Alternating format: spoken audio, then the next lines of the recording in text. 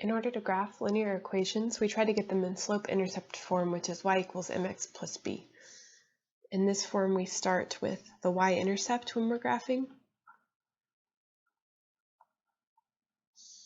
And then from the y-intercept, we use the slope on the graph as rise over run. So for this example, y equals 3x minus 1, the y-intercept is -1. So on the y-axis, the graph crosses at -1. Then the slope is 3,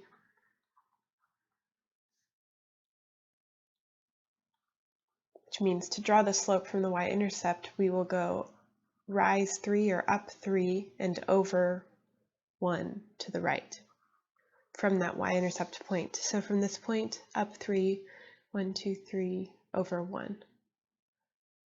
Up 3 and over 1. Really, we only need 2 points to draw the line, but we can use more than that number of points, and then we connect them with a line.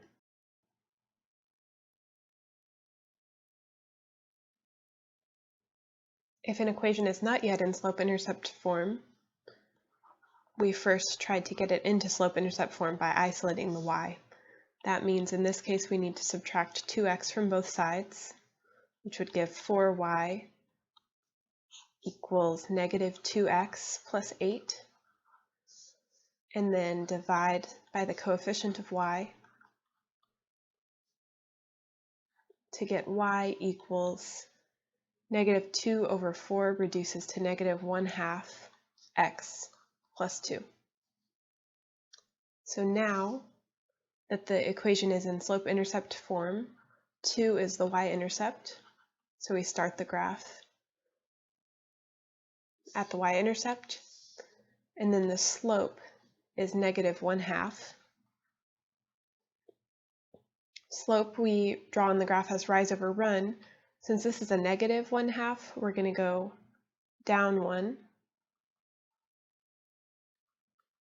and then right 2, so that we have a negative sloping line.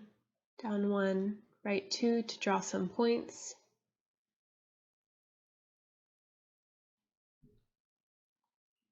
And then we'll draw a line to connect them. A couple of important points on this line. We've already found the y-intercept from the equation. The y-intercept is 0, 2. We can also see the x-intercept from the graph, which is right here where it crosses the x-axis. The x-intercept is 4, 0.